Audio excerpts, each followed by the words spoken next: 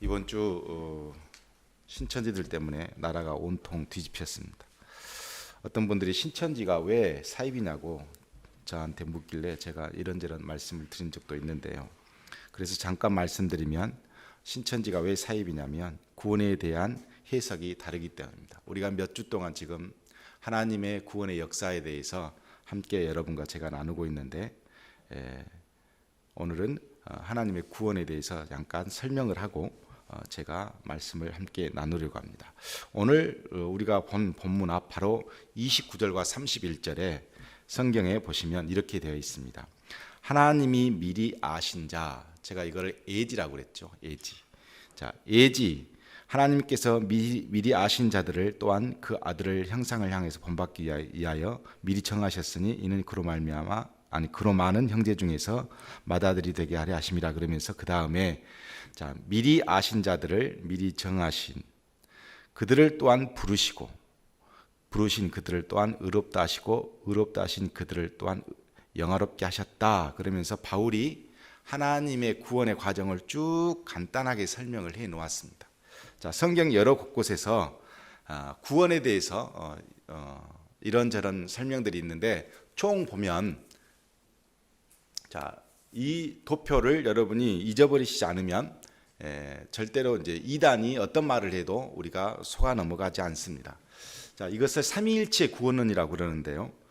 자, 성부가 그리고 성자가 성령이 우리의 모든 구원에 함께 하시고 역사하시고 동역하십니다. 자, 그 내용인데 자, 보면 성부 하나님은 우리의 구원을 어떻게 하시냐면 설계해요. 설계자가 누구냐면 성부 하나님이 설계를 하셔요. 그것은 어떻게 설계하시냐면 구원의 계획, 즉 예정을 미리서 알고 있는 우리를 구원의 계획 안에 예정해 놓으신 것을 우리는 뭐냐면 성부 하나님이 설계해 놓으신다. 그래서 성부 하나님은 설계자다. 이렇게 보시면 됩니다. 자, 이 건물을 설계하신 분이 따로 있고, 자, 그러면 설계만 하고 하나님은 있고, 그 다음 누가 오냐? 건축하는 건축자가 옵니다. 그분이 누구예요? 성자예요.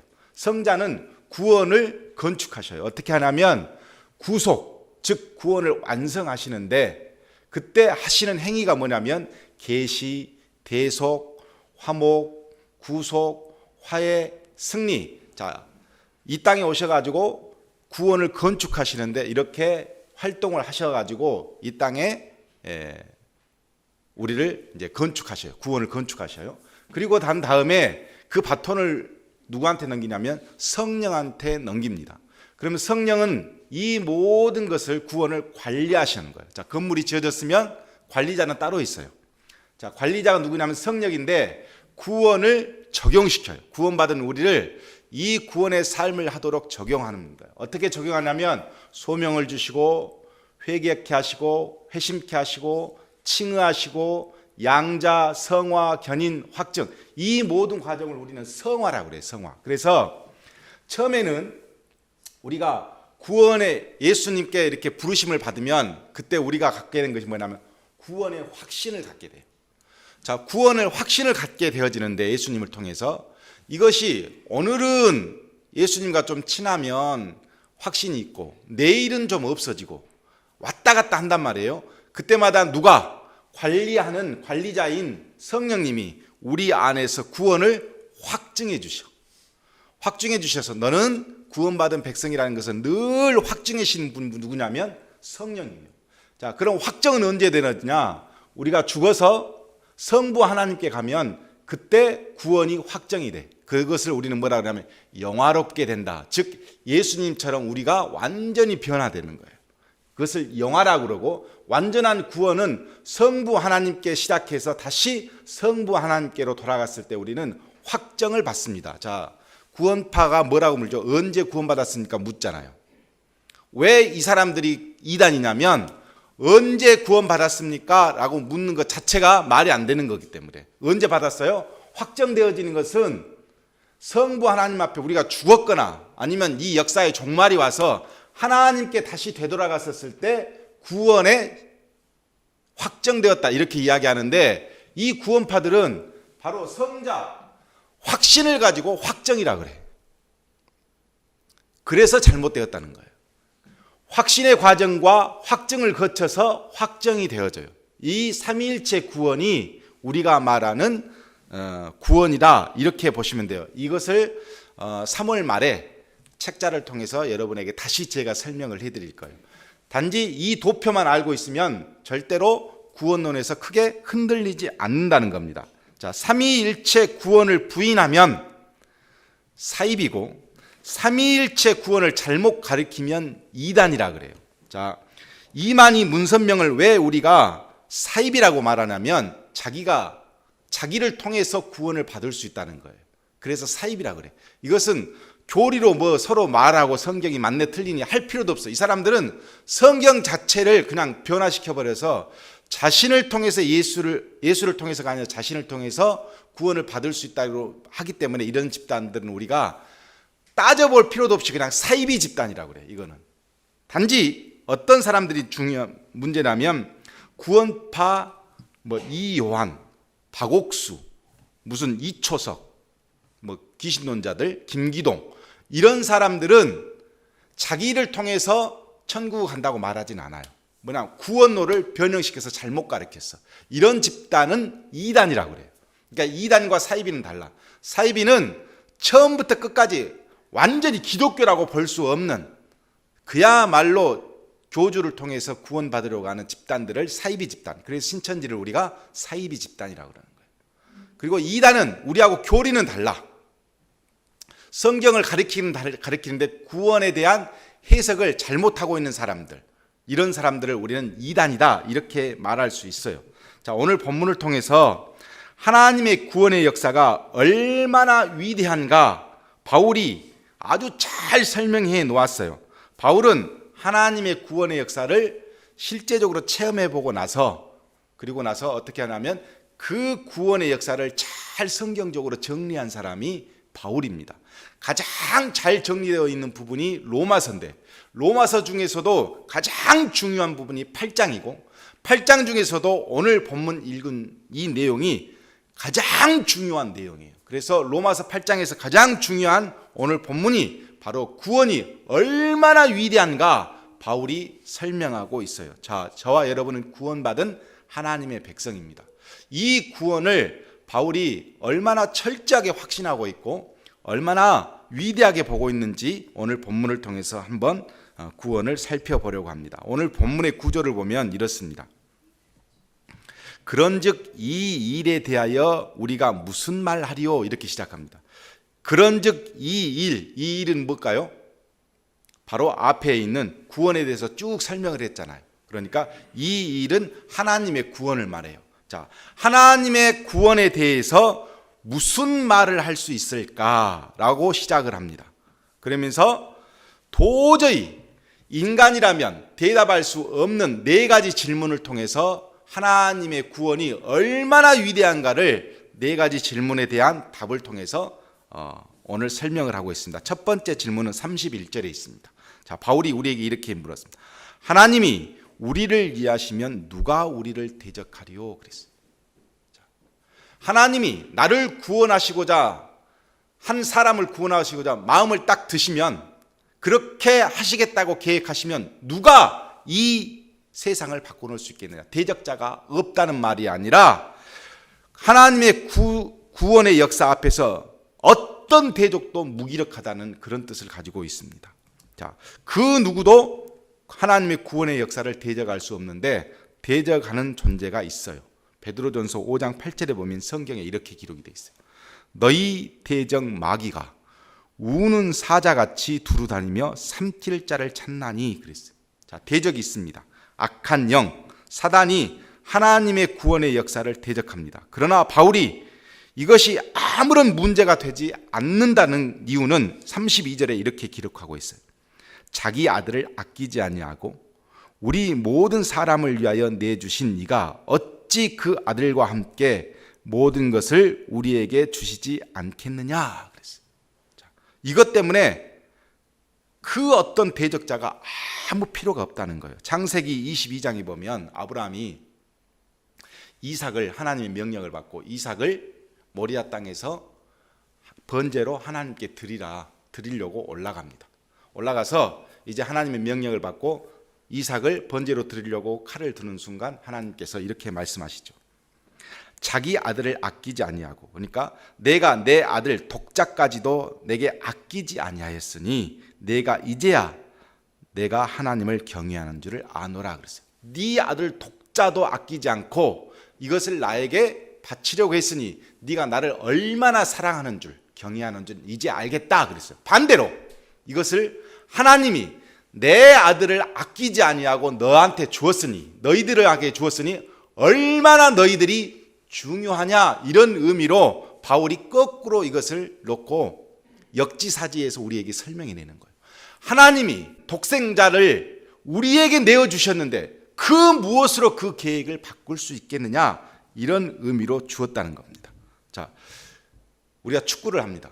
축구를 하는데 일본하고 한국을 축구를 하는데 심판이 북한 사람이야. 그런데 이 한국 선수 중에 한 명이 누가 있냐면 북한에서 몰래 남쪽으로 내려와 가지고 귀화한 선수 하나가 아무도 모르게 이 한국 선수에 끼어들었는데 이 아버지가 그날 심판을 보는 거예요. 그러면 이 심판을 본 북한 심판이 한국하고 일본하고 지금 축구를 하는데 정상적으로 심판을 볼 수 있겠어요? 볼 수 없겠어요? 볼 수 없죠. 자꾸 자기 아들이 공을 몰고 가면 일본 선수가 뭐 터치를 하거나 잡기만 해도 막 호러를 불어서 반칙이라고 막 해버리고, 자기 아들이 무리하게 태클을 걸어도 그건 괜찮다고 그냥 넘어가고, 계속 이런 식이란 말이에요. 심판자 자체가 지금 경기가 벌어지고 있는데 공정하지 않아. 다시 말하면 마귀하고 우리하고 싸우고 있는데 심판자이신 하나님께서 공정하게 이 일을 처리하지 않아요. 내 아들이 공을 잡으면 모든 것을 다 그냥 뚫어버려. 그러니까 아들이 그 광경에서 그 광경을 보고 어떤 마음이 들겠어요? 절대로 이 경기는 질 수 없다라는 것을 스스로 인식하게 돼요. 마찬가지로 시편 118편 6절과 7절에 성경에 이렇게 기록이 되어 있습니다. 여호와는 내 편이시라. 내가 두려워하지 아니하리니 사람이 내게 어찌할까? 여호와께서 내 편이 되사 나를 돕는 자 중에 계시니 그러므로 나를 미워하는 자들에게 보응하시는 것을 내가 보리로다 그랬어요. 여호와께서 내 편이세요. 근데 내가 뭐가 두려워? 지금 전쟁 중에 심판이 내 편이야. 그런데 이 경기를 질 이유가 없다라고 말씀하고 있는 겁니다. 전능하신 하나님께서 내 편인 이상 마귀가 어떤 대적을 하도, 어떻게 구원을 방해해도, 아낌없이 독생자까지 희생하신 하나님은 정확하게 심판을 보시는 것이 아니라 편협하게 우리 편에서 심판을 보심으로 우리는 절대로 하나님의 구원의 역사에서 승리할 수밖에 없다. 바울이 첫 번째 질문을 이렇게 답하고 있는 겁니다. 자, 두 번째 질문은 33절에 이렇게 되어 있습니다. 누가 하나님께서 택하신 자들을 고발하리요? 그랬습니다. 자, 그 누구도 고발하지 못한다고 합니다. 그 이유는 의롭다 판결하신 분이 하나님이시다, 이렇게 말씀하고 있어요. 자, 공정한 재판을 할 수 없는 재판장이 누구냐면 하나님이셔요. 자, 오늘 성경은 아주 중요하니까 찾아보겠습니다. 스가랴 3장 1절부터 5절까지 한번 찾겠습니다. 구약 성경 1315쪽 스가랴 3장 1절에서 5절에 보면 재판장 되신 하나님이 등장을 합니다. 1315쪽 구약 성경에 보면 스가랴 3장 1절에서 5절까지 보면 이렇게 되어 있습니다. 자, 1절에 대제사장 여호수아는, 이 대제사장 여호수아는 누구냐면 인류를 대표하는 사람, 인간을 말해요. 그러니까 전체 인류 대표자가 여호수아예요. 여호와의 천사, 제가 여호와의 천사는 누구라 그랬죠? 예수님이라고 그랬죠. 여호와의 천사 앞에 섰고 사탄은 그의 오른쪽에 서서 그를 대적하는 것을 여호와께서 내게 보이셨어. 자, 심판자 하나님이 인간을 놓고 오른쪽에 예수님이 계시는데 그 광경에 그 인간 옆에 누가 있냐면 사탄이 있어요. 사탄이 뭐예요? 여기서는 검사가 되는 거예요. 자, 고발을 합니다. 이때 2절에 보면 여호와께서 사탄에게 이르시되 사탄아, 여호와께서 너를 책망하노라. 예루살렘을 택한 여호와께서 너를 책망하노라. 이는 불에서 꺼낸 그슬린 나무가 아니냐 하실 때에 그랬어요. 자, 사탄을 갑자기 하나님께서 책망을 하셔요. 왜 책망을 하냐면 이유는 불에서 꺼낸 그슬린 나무가 아니냐 이렇게 말하고 있어요. 자, 이 말은 무슨 말이냐? 부지깽이 여러분 알아요? 부지깽이 불을 피울 때 나무를 집어넣어요. 나무를 집어넣는데 불이 타. 그런데 공기가 이쪽으로 좀 더 들어가면 더 잘 탈 것 같아. 그러면 부지깽이를 하나 준비했다가 막 쑤셔서 거기다 공기를 넣고 나무도 이쪽으로 올리고 막 이렇게 한 게 이 나무를 부지깽이에요. 자, 이 하나님께서 지금 여호수아 대제사장 여호수아 이스라엘 백성을 부지깽이로 사용하고 계시는데 뭐냐면 이것도 태워버리라는 거야. 마귀가. 그러니까 하나님께서 뭐라고 그러냐면 그 고발한 마귀, 검사 마귀를 뭐라 하냐면 책망하셨어. 왜? 하나님은 이 지금 부지깽이를 이스라엘 백성을 부지깽이로 사용하고 있는데 요것까지 태우라고 이 마귀가 대적하는 거예요. 그러니까 하나님께서 갑자기 이 재판장이신 하나님이 누구를 책망하냐면 그 죄를 지은 대제사장 여호수아 인간을 책망하시는 것이 아니라 누구를 책망해요? 마귀를 책망하고 있어. 그러시면서 3절에 보면 여호수아가 더러운 옷을 입고 천사 예수님 옆에 서 있어. 그래서 4절에 여호와께서 자기 앞에 선 자들을 명령하사 그 더러운 옷을 벗기라 하시고 또 여호수아에게 이르시되 내가 내 죄악을 제거하여 버렸으니 내게 아름다운 옷을 입히라 하시기로 내가 말하되 정결한 관을 그 머리에 씌우소서 하매 곧 정결한 관을 그 머리에 씌우며 옷을 입히고 여호와의 천사는 곁에 섰더라 그랬어요. 이것이 뭐냐면 하나님이 인간을 재판하고 있는 모습이에요. 자, 어떻게 재판하고 있습니까? 재판장인 하나님은 굉장히 편협한 재판장이에요. 이사야 5장 8절에 나를 의롭다 하신 이가 가까이 계시니 나와 다툴 자가 누구냐? 나와 함께 설지어다. 나의 대적이 누구냐? 내게 가까이 나아올지어다. 나를 이미 재판도 받기 전에 의롭다. 저 사람은 의롭다. 이렇게 이미 마음의 결정을 내리고 계셔 하나님은. 그런데 거기다 대고 그 누가 나쁘다 이야기해도 아무 의미가 없다는 거예요. 이미 재판장 하나님은 편협한 하나님이셔. 우리한테 일방적인 사랑을 갖고 있어. 그러니 아무리 고발을 해도 의미가 없다. 이런 의미를 갖고 있는 거예요. 왜? 하나님은 우리를 상속자로 삼으셨거든. 양자로 삼으셨거든. 그런데 검사가 와서 아무리 이야기해도 아무 의미가 없다는 거예요. 3절에 보면 34절에 누가 정죄하리요 그랬어요. 똑같은 재판이. 자, 아무도 정죄하지 못한다는 겁니다. 그 이유는 죽으실 뿐 아니라 다시 살아하신 이는 그리스도 예수시니 그는 하나님 우편에 계신 자요 우리를 위하여 간구하시는 자신이라 이렇게 되어 있어요. 자, 위에서는 하나님이 재판장이고 하나님이 재판을 보시는데 편협한 재판을 보시기에 하나님이 계획하신 구원은 필수적일 수밖에 없다. 그리고 나서 이번에는 재판장이 중요한 게 아니라 이번에는 변호사예요. 자, 누가 변호사를 보고 있냐면 예수님이 우리의 변호사가 되어 있어. 예수님이 우리를 변호하시는데 우리의 구원은 필수적일 수밖에 없다. 이렇게 말하고 있는 겁니다. 그런데 자세히 보면 이 예수님이 변호하기 위해서 변호하는 이 변호사가 변호를 하는데 조서를 누가 쓰냐면 성령님이 쓰셔. 자, 우리 바로 8장 26절과 27절에 이런 내용이 있습니다. 성령도 우리 연약함을 도우시나니 우리는 마땅히 기도할 바를 알지 못하나 오직 성령이 말할 수 없는 탄식으로 우리를 위하여 친히 간구하시느니라. 마음을 살피시는 이가 성령을 생각을 아시나니.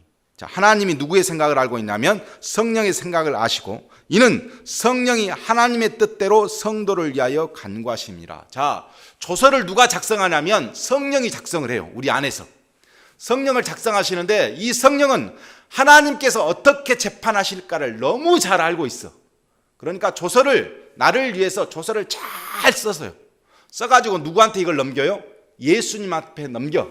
그랬더니 예수님은 이 조서를 딱 갖고 누구를 위해서 변호하냐면 우리를 위해서 하나님 앞에서 변호를 하셔. 그러니 성령님은 우리를 위해서 조서를 써주시고 예수님은 우리 하나님 우편에서 우리를 변호하시니 누가 이 구원을 막을 수 있겠느냐 이거예요. 고 노희찬 의원이 삼성이라고 하는 이 집단이 이건희 회장과 이재용 회장이 여러 가지 법을 위반했단 말이죠. 이 법을 은폐하고 감추기 위해서 검사들을 따로 관리를 해요. 삼성에서 검사들을 따로 관리를 했어. 그리고 초호화 변호인단을 항상 데리고 있어. 죄를 지어도 들어가지 않기 위해서. 그리고 그 검사들까지 다 자기 편으로 만들어놨어. 그럼에도 불구하고 이건희 회장도 감옥에 갔다 왔고 이재용 회장도 감옥에 갔다 왔어요. 아무리 초호화 변호인단을 구성해도 감옥에 갔다 올 수밖에 없어. 우리도 이건희 못지않는 이재용 못지않는 죄를 짓고 삽니다. 그런데 마귀가 우리를 정죄하고 우리를 고발합니다. 그런데 우리의 변호인단은 절대 질 수 없는 변호인단. 예수님께서 우리를 변호하시고 조서는 성령님이 작성하시기 때문에 절대 재판에서 질 수 없어. 왜? 재판장까지 편협한 재판을 하고 계시. 그러니 완벽한 화 변호인단을 갖추고 있는 우리가 어떠한 경우에도 어떠한 죄를 지어도 우리는 하나님 앞에서 구원이 변경될 수 없는 존재라는 겁니다. 그럼에도 불구하고 자꾸 내가 구원받았나? 내가 이렇게 하면 죽는 거 아닌가? 끝나는 거 아닌가? 이렇게 의심하는 건 뭐냐면 변호인단을 못 믿는 거야 우리가. 바울이 말하는 것이 그겁니다. 하나님의 구원의 역사는 재판장이 하나님이시고 변호하신 분은 예수님이시고 조서는 성령님이 작성하심으로 절대로 질 수 없는 재판이 이루어지고 있다. 그러니 우리는 모두 다 구원받는 백성이 될 수밖에 없다. 이렇게 이야기합니다. 네 번째 질문은 35절에 있습니다. 누가 우리를 그리스도에서 사랑해서 끊으리오 그랬습니다. 자, 이렇게 완벽한데 그럼에도 불구하고 끊으려고 하는 집단이 있다는 거예요. 자, 당시 바울이 이 로마서를 했어요. 이 로마서를 기록하고 나서 이후에 로마에는 엄청난 비극이 쏟아집니다. 로마 교인들은 이루 말할 수 없는 핍박을 받습니다. 도미티아누스 황제가 와서 죽이죠. 글라우디스 황제가 그 다음 또 죽이죠. 미친 네로가 또 등장해서 기독교인을 막 죽이죠.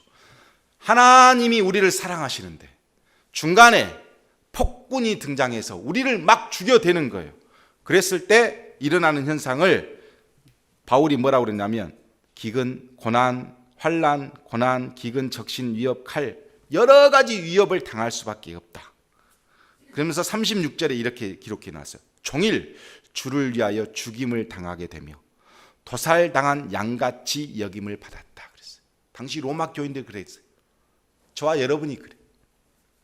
환난은 뭐냐면 로마 시대 때 이 환난이란 단어는 우리가 사용하는 타작할 때 도리개 여러분 아실지 모르요. 콩을 딱 깔아놓고요. 이 콩을 속에서 빼내야 되잖아요. 그러면 이렇게 뭐 나무로 해서 때려서 콩이 나오는 게 아니에요. 깨는 그렇게 털 수 있어요. 도리개라고 있어요. 저는 아버지한테 도리개로 맞아봤어요. 얼마나 아픈지 몰라. 저희 집에 그 벌통이 있었는데 제가 태권도 한다고 벌통을 차버려가지고 이 벌이 다 나가서 우리 작은 누나 머리 위에 다 앉았어요. 그때 아버지께서 나온 것이 도리개였어. 도리개로 저를 때려. 그렇게 도리개로 때려도 그리고 그 다음 단어가 나오는 게 곤고예요. 정신적인 고통을 의미합니다. 당시 로마 사람들은 로마의 감옥에는 이 좁은 방에다가 수십 명을 집어넣어가지고 앉아서 있을 수도 없도록 만들어버려요. 정신적인 충동이 엄청나게 받은 거예요. 그러니까 예수 믿고 그 좁은 곳에서 엄청나게 곤욕을 당하는 거예요. 이게 곤고예요. 그리고 핍박이란 단어가 있어요. 핍박은 노골적인 박해를 의미하고 기근은 굶주림을 의미하고 적신은 벌거벗어. 다 벌거벗어서 좁은 감방에다 넣고 밥을 주지 않아.